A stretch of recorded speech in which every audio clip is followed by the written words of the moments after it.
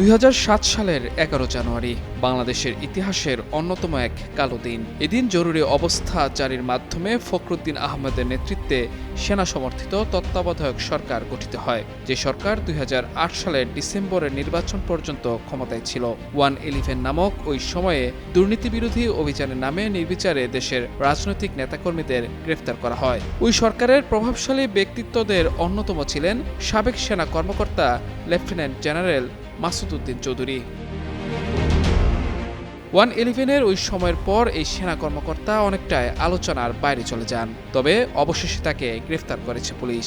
সোমবার রাতে সেনা নিয়ন্ত্রিত তত্ত্বাবধায়ক সরকারের সময় আলোচিত এই সাবেক সেনা কর্মকর্তাকে রাজধানীর বারিধারার একটি এলাকা থেকে গ্রেফতার করা হয়। পরে মঙ্গলবার তাকে ডিএমপির পল্টন থানায় হওয়া মানব পাচার মামলায় গ্রেফতার দেখিয়ে আদালতের মাধ্যমে 5 দিনের রিমান্ড নেওয়া হয়। তার বিরুদ্ধে গোয়েন্দা পুলিশের কাছে মোট 11টি মামলার তথ্য রয়েছে। এছাড়া তার বিরুদ্ধে দুদক এবং সিআইডিতে একাধিক অভিযোগ তদন্তাধীন রয়েছে।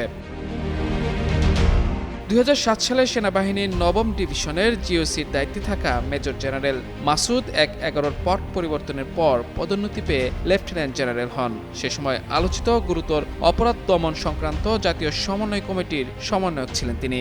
জরুরি অবস্থার ওই সময়ে পর্দার আড়ালে থেকে জেনারেল মাসুদি যৌথ বাহিনীর কার্যক্রম নিয়ন্ত্রণ ও পরিচালনা করতেন বলে ধারণা করা হয়। গরমে আরাম নিয়ে হবে না হাহুতাশ, ঘুরলে পরে ওয়ালটন ফ্যান বাতাস আর বাতাস।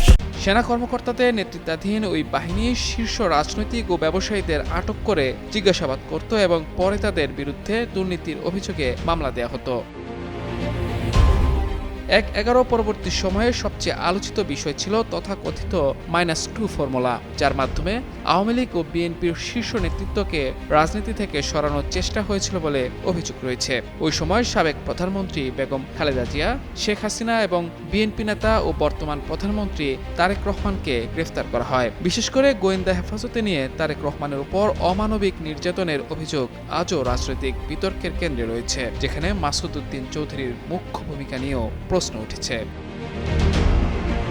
মাসুদ উদ্দিন চৌধুরীর কর্মজীবন শুরু হয় 1975 সালে রক্ষী বাহিনীতে। 75-এর পট পরিবর্তনের পর জিয়াউর রহমান রক্ষী বাহিনী থেকে অন্যান্যদের সঙ্গে তাকে সেনাবাহিনীতে যুক্ত করেন। পরবর্তীতে ধাপে ধাপে তিনি বিভিন্ন গুরুত্বপূর্ণ পদে দায়িত্ব পালন করেন। রক্ষী বাহিনী থেকে সেনাবাহিনীর লেফটেন্যান্ট জেনারেল পদে একমাত্র তিনিই যেতে পেরেছিলেন। 2007 সালে তিনি 9ম ডিভিশনের জিওসি ছিলেন, যা তাকে ক্ষমতার কেন্দ্রে নিয়ে আসে।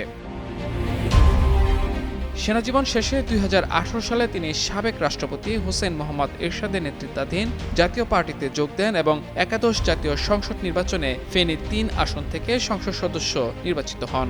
পরে তিনি পার্টির চেয়ারম্যান হোসেন মোহাম্মদ এরশাদের প্রতিরক্ষা বিষয়ক উপদেষ্টা হিসেবে নিয়োগ পান। অবসরের পর তিনি জনশক্তি রপ্তানি ব্যবসায় জড়ান। সেখানে তার বিরুদ্ধে কয়েক হাজার কোটি টাকা পাচারের অভিযোগ রয়েছে। গত বছরের 25 আগস্ট মাসুদ উদ্দিন চৌধুরী সহ 33 জনের বিরুদ্ধে 100 কোটি টাকার অর্থ পাচারের অভিযোগে মামলা করে পুলিশের অপরাধ তদন্ত বিভাগ সিআইডি। মাহমুদুর রহমান, যুগান্তর নিউজ।